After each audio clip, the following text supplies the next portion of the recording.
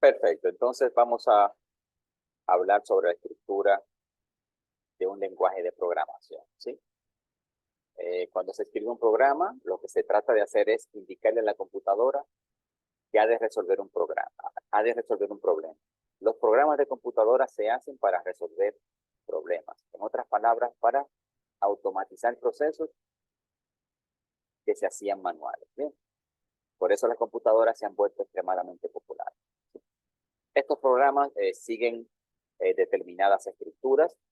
Ya hablamos un poco en la introducción de lo que eran las estructuras. ¿Sí? Y depende mucho del tipo de lenguaje que usamos y del entorno en el cual creamos el programa. Vamos a ver esto.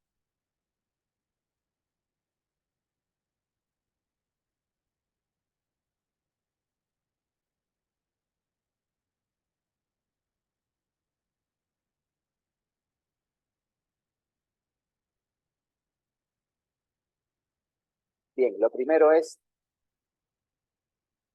qué es un lenguaje. ¿Sí? En un lenguaje formal, o sea, mediante una serie de instrucciones. ¿Qué quiere decir esto? Un lenguaje de programación es un conjunto de instrucciones que siguen una serie de reglas sintácticas y le permite al programador escribir un conjunto de instrucciones o órdenes, acciones, ¿sí? O procesos, datos y algoritmos que se combinan para crear programas.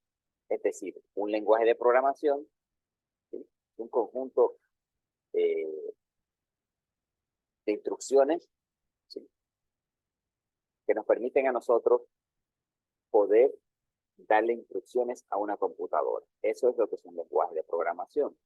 ¿Sí? Y con ese conjunto de instrucciones nosotros podemos crear o dar instrucciones a la computadora para que resuelva un problema. Así como nosotros hablamos el lenguaje español, ¿sí? Ese lenguaje español tiene una serie de reglas e instrucciones para usted poder comunicarse, hablar, escribir en ese idioma. ¿Sí? Si nos vamos al idioma inglés, tendríamos que aplicar otras reglas y otras formas para poder hablar y escribir. Y lo mismo ocurre con el alemán, el mandarín, cualquier otro idioma. Los lenguajes de programación son idénticos, ¿sí? Cada lenguaje de programación tiene reglas básicas de sintaxis que para usted poder utilizar ese lenguaje de programación tiene que seguir esas reglas. ¿Sí? Si no cumple con esas reglas, entonces nunca podrá utilizar ese lenguaje para crear programas de computadora.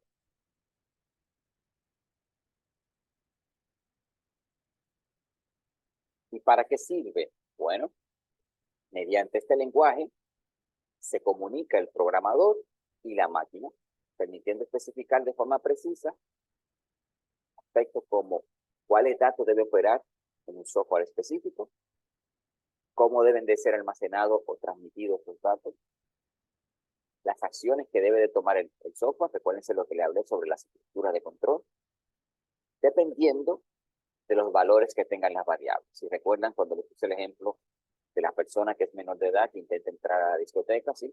Su edad es una variable. Y como es menor de edad, tiene, digamos, aquí en el país la mayoría de edad se alcanza a los 18 años, entonces si tiene menos de 18 no puede entrar a la discoteca. Por ejemplo, en Estados Unidos la mayoría de edad se llega, creo que es a los 22. ¿Sí? Hasta tanto no tiene 22 años, es un menor de edad en Estados Unidos. ¿Sí? Entonces, con el lenguaje, nosotros podemos indicarle al computador qué es lo que tiene que hacer y cómo debería hacerlo.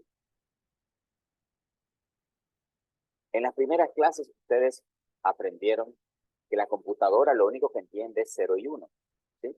Pero nosotros no podemos hablar ese lenguaje, es bastante complicado. Entonces nosotros utilizamos eh, otro tipo de lenguaje, que es un lenguaje de alto nivel, que nos permite a nosotros poderle dar las instrucciones a la computadora de una forma más fácil para nosotros, aunque la computadora, ese lenguaje de alto nivel no lo entiende. Y por ahí viene un proceso donde tiene que convertir ese código código en un código especial o en un lenguaje especial que la máquina lo puede entender, ¿sí? Eso lo vimos en las primeras clases.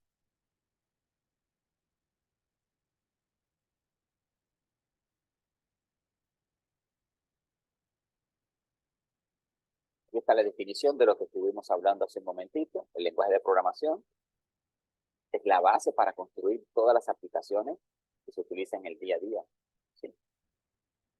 Y estos se suelen clasificar en lenguaje de bajo nivel y de alto nivel. Hay un lenguaje intermedio también por ahí, pero esos son los que más se conocen. Yo le acabo de explicar lo que es el lenguaje de bajo nivel, que es un lenguaje en donde es el lenguaje que las máquinas entienden, ¿sí? Ese es el lenguaje de bajo nivel. El de alto nivel se crearon para que se le hiciera mucho más fácil a las personas, a los programadores, poder escribir código, ¿sí? Y ese código luego pasa por un proceso de compilación o transformación en donde nuestro código de alto nivel, que es el que nosotros entendemos, la máquina lo puede entender. Entonces, del bajo nivel, que es el lenguaje que hablan las máquinas, nosotros hablamos en un lenguaje de alto nivel. Y gracias a esto es que se construyen los software.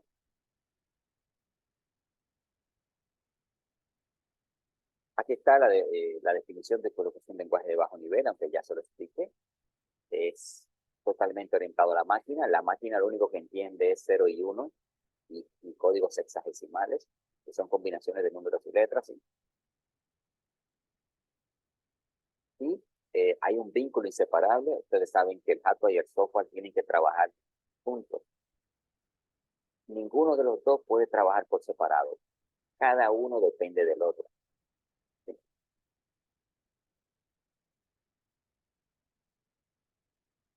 Y este lenguaje, la máquina lo ejecuta a alta velocidad. ¿Sí?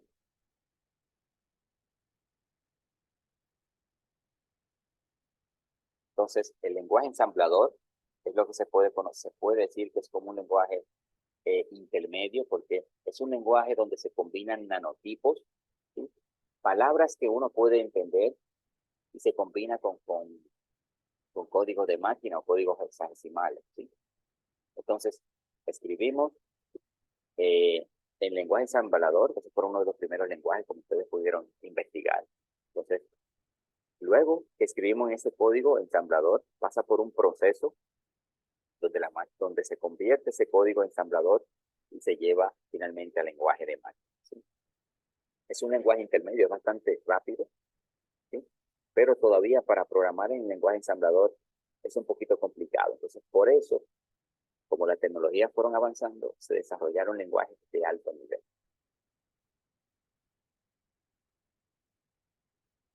Aquí está lo que es el lenguaje de máquina, que es 0 y 1, 0 y 1, ¿sí?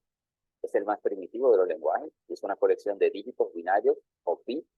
Ya nosotros vimos en nuestras primeras clases lo que tiene que ver con la memoria, las diferentes medidas, ¿sí? El bit es la unidad mínima de información, que puede ser un 1 o un 0. Los ceros representan ausencia de pulso eléctrico y el 1 representa la presencia de impulso eléctrico, ¿sí? Y eso es la computadora, es lo que entiende. Cuando usted ve un video, está viendo un documento, una película, cualquier cosa que usted esté viendo o usando en su computadora, a nivel interno, lo único que la computadora ve es 0 y 1. Eso es lo único que ve. Es como en la película Matrix, cuando Neo se dio cuenta eh, cómo funcionaba todo. Cuando él miraba, lo único que veía a su alrededor eran ceros y unos.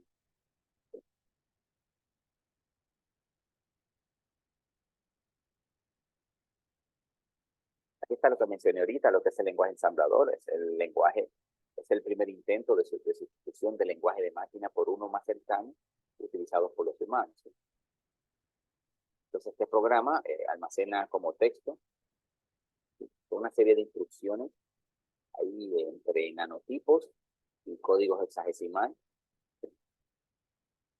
pero todavía las máquinas no entienden este lenguaje, pero por lo que debe de pasar por un proceso que se llama ensamblador. Entonces, cuando se hace se corre el proceso de ensamblador, ese código en assembler se convierte en un código objeto porque es el código que puede ejecutar la máquina. Los códigos son compactos, son rápidos, ¿sí? Y hace que la máquina funcione y le podamos dar instrucciones, ¿sí?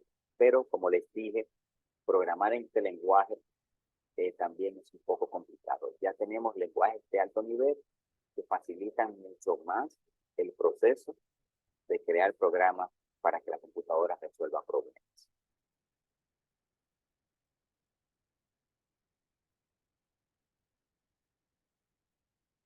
Y aquí están los lenguajes de alto nivel. Su finalidad es facilitar el trabajo del programador. ¿Por qué? Porque son unas instrucciones que son muy fáciles de entender, están hechas en un lenguaje muy parecido al que nosotros escribimos y hablamos, ¿sí? Y los lenguajes de alto nivel pueden ser de dos tipos, ¿sí? O pueden ser interpretados o traducidos, como usted quiera llamarlo, o compilados. El primero de ellos, el traducido, lo que hace es que las instrucciones escritas en un lenguaje de alto nivel, ¿sí? Él las va traduciendo o interpretando línea a línea. Si tenemos un programa que tiene, digamos, 50 líneas, él toma la primera línea, la traduce, ¿sí? O la interpreta para que la máquina la pueda ejecutar. Y así va línea por línea hasta que se termine el programa. Uno de los inconvenientes que tienen los lenguajes interpretados es que si hay un error en alguna de las líneas, el interpretador o el traductor no se va a dar cuenta hasta que intenta traducir esa línea donde está el error. Entonces, si tenemos un programa que tiene, digamos, 200 líneas de código, ¿sí? Y digamos que el error está en la línea 150, hasta que no llega a la línea 150, el programa está haciendo perfecto.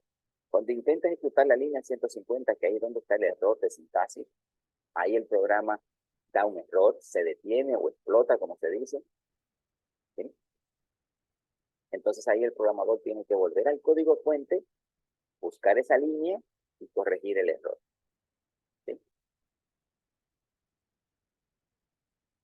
Ejemplo de estos lenguajes, por ejemplo, PHP, que es un lenguaje para la web, para crear páginas web, es un interpretado, o sea, él va interpretando línea por línea las instrucciones de alto nivel. Otro lenguaje interpretado, bueno, JavaScript, que es un lenguaje que también que corre en la web, corre en los navegadores. El PHP, como pudieron ver en los videos que les puse, esto corre en el servidor, sin aparte de lo que se conoce como backend o parte de atrás. El JavaScript corre en el frontend, corre en el cliente, dígase en un navegador, ¿sí? Son tecnologías web y son interpretados, son rápidos, pero tienen ese inconveniente. El otro, los compilados, estos son un poquito más potentes. ¿Qué ocurre con esto? En los lenguajes de alto nivel compilados, cuando usted compila, fíjese que usted va a transformar ese código que escribió en un código fuente, un código de alto nivel. La máquina no entiende esto, pero el compilador toma este código y lo convierte en un código que la máquina puede interpretar. ¿Qué hace el compilador? El compilador revisa de arriba hasta abajo todas las instrucciones, ¿sí? Si su código fuente tiene 500 líneas de código, 1000 líneas de código, él revisa cada línea buscando errores de sintaxis antes de poder correr, antes de poder crear el código que la máquina va a ejecutar. Y si hay algún error, se va a detener en esa línea y le va a decir, mira, no podemos seguir, aquí hay un error. Tienes que corregir ese error para poder volver a compilar todo, y esto va a ser así hasta que no tenga errores de sintaxis, ¿sí? Obviamente, ninguno de los dos, ni el traductor ni el compilador, detectan lo que son los errores de lógica. Los errores de lógica se detectan cuando usted ejecuta el programa y ve que los resultados que debería dar el programa no son los esperados. Entonces, hay un error de lógica. El programador tiene que ver cómo combinó los comandos porque algo no está funcionando bien. Ahora bien, si hay alguna de las reglas de sintaxis que no cumplió, eso lo va a descubrir el traductor o el compilador. El compilador revisa todo, ¿sí? antes de poder convertir el código a que la máquina lo haga.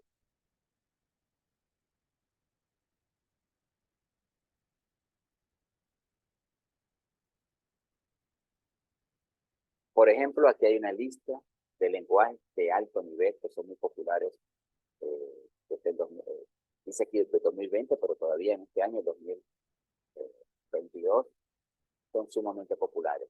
Java, ¿sí? Está C, está Python, está C++, C Sharp, Visual Basic, PHP, Swift, SQL.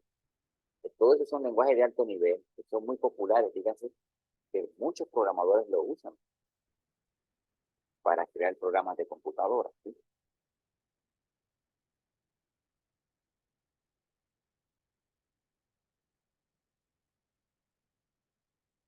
Entonces, ya sabemos lo que es un lenguaje de programación y sus diferentes tipos.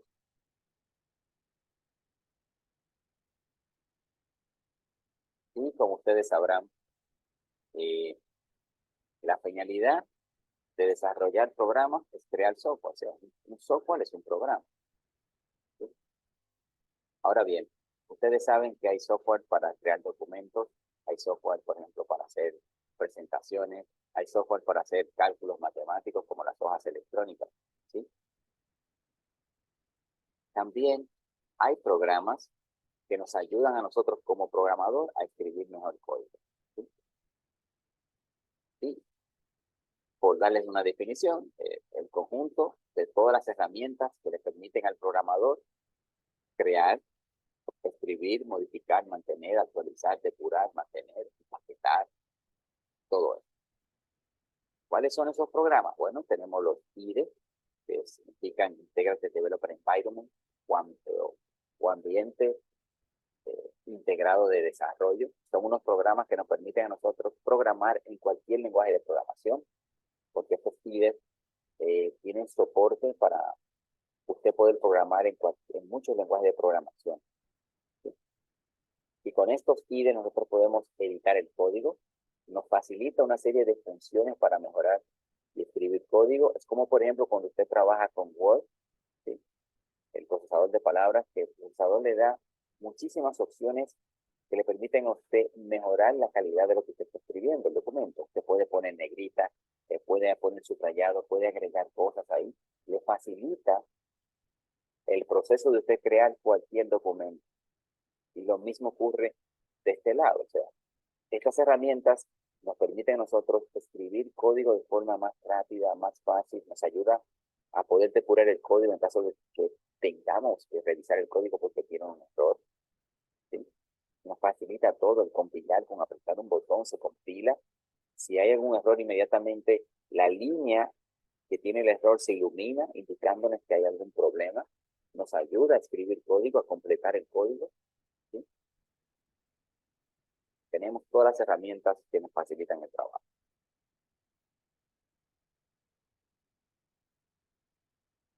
Los compiladores ya saben lo que es un compilador, el depurador o el debugger. Lo que hace es que nos permite a nosotros depurar paso a paso nuestro código para buscar errores de sintaxis buscar regularmente encontramos errores de lógica con el depurador, porque vamos corriendo el programa paso a paso, buscando cuál es la instrucción que está a nivel lógico, está mal combinada, para corregirla y hacer que el programa nos pueda dar el cálculo exacto que nosotros queremos.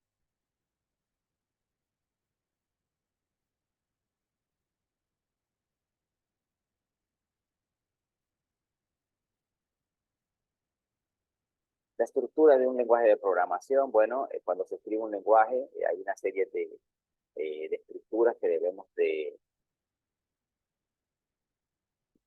crear o de mantener, y esto varía un poco dependiendo del lenguaje, ¿sí? Aunque todos los lenguajes de programación están emparentados, ¿sí? Pero como les dije, cada lenguaje de programación tiene reglas que usted tiene que seguir para poder utilizar. Vamos a ver los principios, ¿sí? Estos principios son básicos, creo que para todos, ¿sí? Las instrucciones, ya estuvimos hablando de qué eran las instrucciones, son la parte central del programa porque son los que manipulan los datos que le damos de entrada, ¿sí? Nos permiten hacer cálculos, nos permiten mostrar registrar los resultados. En otras palabras, las instrucciones son los comandos que les damos a la computadora para que hagan una tarea. ¿Sí? Los datos, que son muy importantes, ¿sí? Hoy en día los datos, estamos en la era de la información, la era de los datos. ¿Sí? El activo más importante que tienen las empresas son sus informaciones, sus datos. ¿Sí? Y la mayoría de los programas operan con datos. ¿Sí? Por lo tanto, el código fuente, debemos definir qué tipo de datos vamos a utilizar. Hace unos minutos atrás hablábamos de que existen diferentes tipos de datos. ¿Sí? Hay tipos de datos numéricos.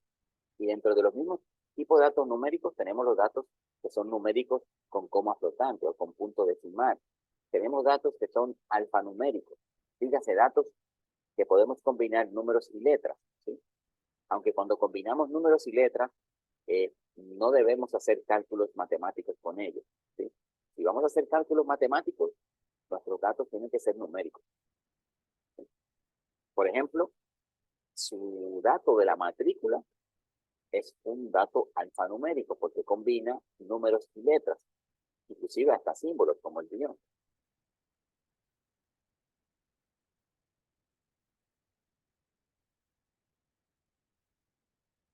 También tenemos un cargador, que es un programa que necesita ser llevado a la memoria del sistema, ¿sí? Y de eso se encarga el Intel. Recuerden, los compiladores, los intérpretes, eso está relacionado con un cargador. Y regularmente esto funciona de forma automática.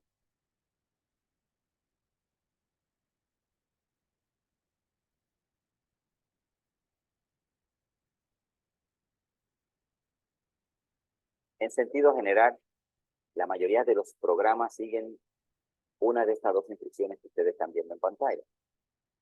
Los programas de lotes, que se ejecutan típicamente desde una línea de comando o automáticamente desde otra aplicación, y tienen el siguiente patrón.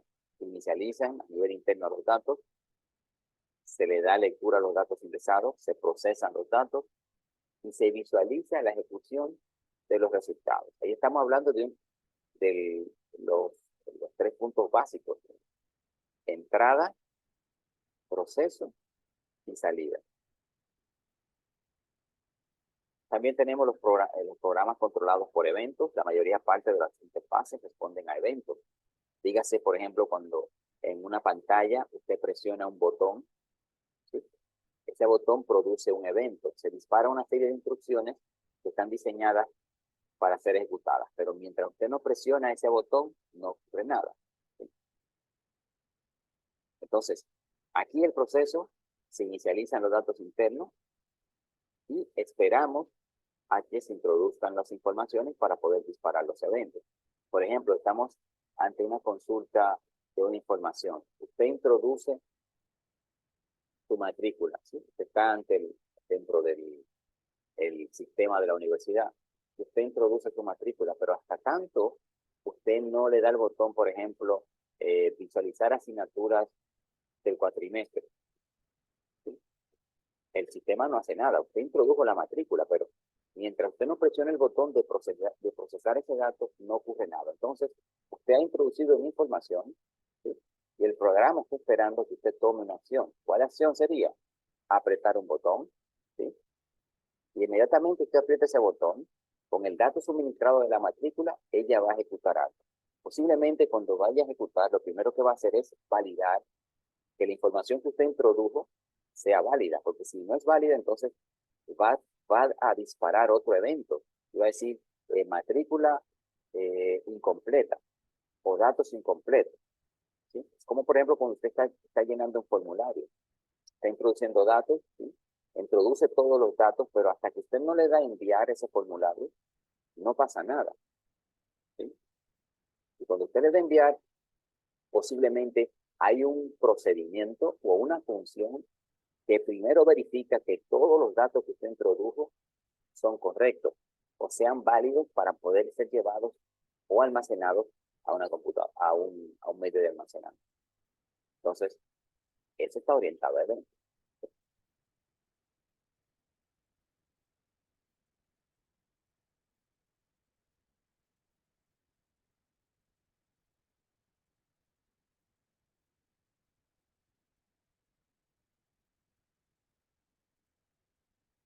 Aquí está un ejemplo de una estructura básica de un programa en C++, en C y en C++. C es un lenguaje de programación. C++ también es una mejora de C. C++ es también un lenguaje de programación. La diferencia entre uno y otro es que el C++ tiene soporte para lo que es la programación orientada a objetos, en donde nosotros definimos clases. Una clase no es más que un plano que describe los atributos y funcionalidades de una entidad. Por ejemplo, si tenemos la entidad estudiante, ¿cuáles serían los atributos de un estudiante? Bueno, podría ser su matrícula. Es un buen atributo. Su nombre, sus apellidos, digamos su correo, un teléfono, una dirección. Todo lo que me permite a mí describir a un estudiante son atributos, ¿sí? El otro componente de la clase son las funcionalidades. Es decir, ¿qué puede hacer un estudiante? Inscribir asignaturas, ¿sí? Hacer pagos, consultar balances, solicitar récords académicos. Todas son funcionalidades que puede hacer el estudiante. Entonces, en la programación orientada a objetos, así se describe. Usted describe una clase, que es un mapa, un plano que describe estos atributos y estas funcionalidades. ¿Sí? Y luego, para utilizar esa clase, nosotros creamos un objeto. Podemos crear el objeto estudiante 1. Y el estudiante 1 va a tener una matrícula, nombre, apellido, todos los datos que definimos. Pero también podemos crear otro objeto, hacer una instancia de esa clase y llamarla estudiante 2. Y este estudiante 2 va a tener otros datos. Y cada uno de estos objetos es completamente independiente al otro. ¿Sí? Así funciona la programación orientada a objetos. ¿Sí? Eso lo vamos a ver cuando pasemos a la próxima asignatura de programación 1. Aquí estamos en introducción a la programación. Pero es bueno ir conociendo estos conceptos que luego vamos a aplicar. La programación orientada a objetos, la programación estructurada no son más que paradigmas, dígase, formas de crear programas de computadora. Hay otros más, como programación funcional, pero los más utilizados son, el más utilizado actualmente es la programación orientada a objetos, pero también se sigue utilizando ya en modo poco menos lo que es la programación estructurada. Ahí vemos la ejecución de un programa, este lenguaje C, el lenguaje C. ¿Sí? Hay una serie de instrucciones, hay unas librerías que se cargan. Unas librerías no son más de un conjunto de códigos ya hechos, que lo que hace es facilitarle la vida al programador, cosas que no tiene que reinventar o hacer desde cero. Yo importo las librerías y las librerías me permiten hacer ciertas funcionalidades que no tengo que crear. Simplemente a esas funcionalidades yo le paso un parámetro y él ejecuta algo. En este caso tenemos un programa en C, ¿sí? Tiene un método. Recuérdense lo que les dije, que un método no es más que una serie de instrucciones que se van a ejecutar, ¿sí? Se parece mucho a lo que es una función. De hecho, esto que estamos viendo aquí es una función. Esta función se llama main. Y el resultado que va a devolver main cuando se ejecute es un valor entero, un valor numérico entero. ¿Sí? Y eso es lo que hace el programa. En este caso, cuando el programa se ejecuta, se dispara el método principal, el main, que es el que inicia todo. Y dentro de ese método, dentro de esa función, hay un contador, ¿sí? Es un ciclo, un bucle, que lo que hace es repetir una serie de instrucciones dadas unas condiciones. Aquí vemos que hay un contador que se inicia en 0, que tiene un valor de 0. Luego tenemos una condicional que dice que si i, que acabamos de inicializar en 0, es menor a 5, entonces i se va a incrementar, ¿sí? Un incrementador. Entonces, la primera vez que este código se ejecuta, va a imprimir el 0, porque es el primer valor que iniciamos, ¿sí? Entonces, luego, él pregunta que si 0 es menor que 5, y eso es verdadero. Entonces, como la condicional que hay ahí retorna un valor verdadero, entonces el ciclo sigue vivo. Entonces dice, incrementamelo. Ahora, entonces, y que valía 0, ahora digo 0 más 1, entonces 1. Entonces, él me imprime el 1 por pantalla. Y vuelve el ciclo a repetirse. Yo digo ahora, 1 es menor que 5, entonces eso es verdadero. Entonces vuelve a incrementarse, ¿sí? Y así, fíjense cómo va imprimiendo, se incrementa y me imprime por pantalla. Esa instrucción count lo que indica es que imprima por pantalla. ¿Sí? Y por eso me va imprimiendo el 0, luego el 1, luego el 2, luego el 3, luego el 4. Cuando yo imprime el 4, ¿sí? Que me incrementa a 5, él dice, y que vale 5, es menor que 5. Eso es falso, porque 5 no es menor que 5, es igual. ¿Sí? Entonces, eso le indica al for que tiene que terminar, y ahí mismo termina el programa. Por eso, este programa solamente imprime los números del 0 hasta el 4, porque la condicional dice que mientras i sea menor que 5. Si yo hubiera colocado ahí, por ejemplo, i menor o igual a 5, entonces me imprimiría el número 5. Pero cuando incrementara 6, como 6 no es menor que 5, entonces el programa terminaría. Es un ejemplo de un conjunto de instrucciones en un lenguaje de alto nivel, compilado y la ejecución del